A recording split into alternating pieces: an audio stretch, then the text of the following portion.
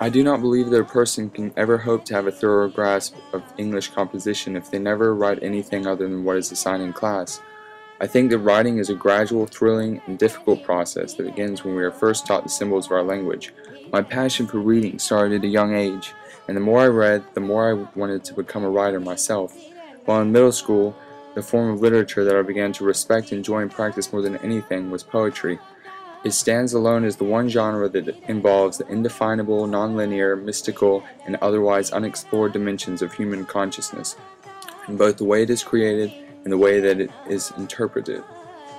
Poetry is a very unique and significant form of literature because it can reveal insights into the nature of oneself, as well as shining a light on truths which society as a whole may not be brave enough to accept.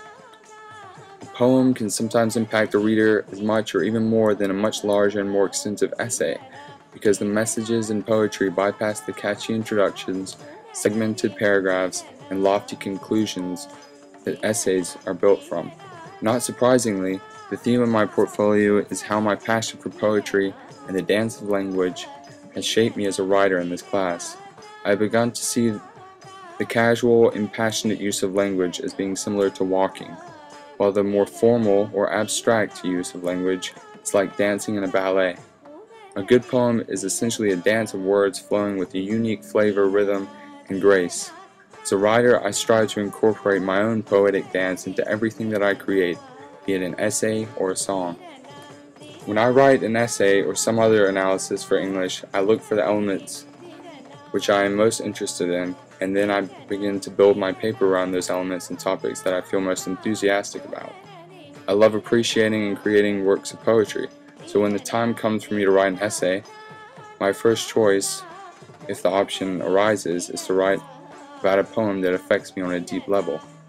This is what I did in my first paper for this class, when we were asked to write an essay in which we analyze a work of poetry from another culture.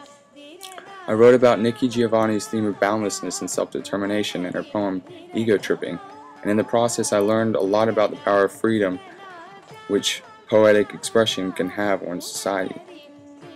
I wrote about how Giovanni uses poetry to question social constructs and push our mental boundaries. For my second paper, I chose to compare the short stories Sony's Blues and Aunt Angie's Cheyenne Affair. Although the pieces I examined were not works of poetry in this case, I was able to observe the formation of unique voices which spoke of important social themes within both stories. I became passionate about writing about these social problems of drugs and racism which the stories highlight, because I felt I could personally relate with these real human issues.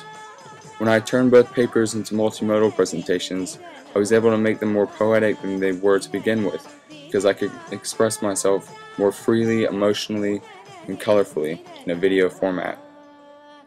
In my peer reviewing process, my goal was to critically examine the person's paper as if I were in the process of editing my own.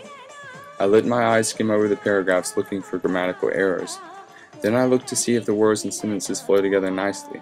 For me, the form and rhythm of words is just as important as the meaning which they attempt to convey.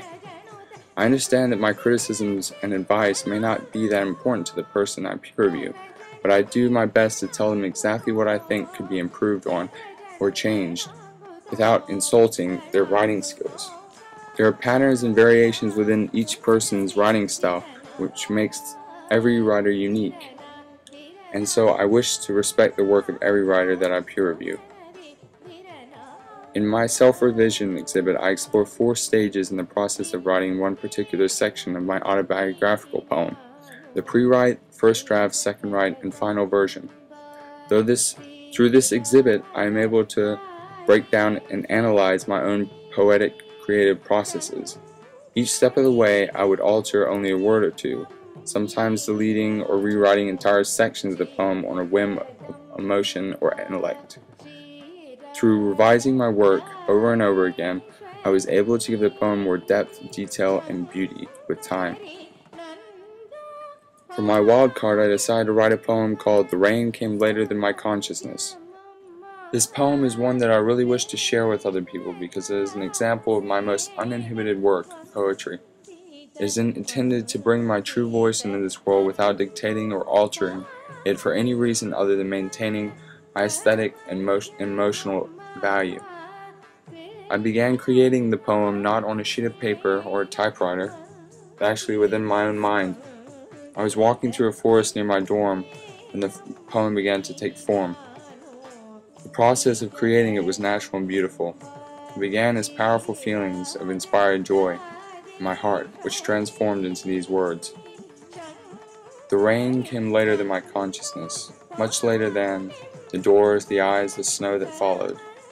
And music existed before the drums were made, not to say they waited, just to know that they were.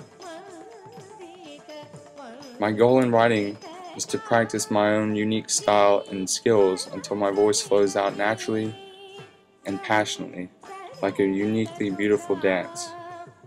Poetry is the element of language which inspires and motivates me to become a better writer, because it shows how non-linear and mysterious these seemingly random groupings of words and concepts actually are. The class has taught me how inherently connected all forms of literature are, on a deeper level.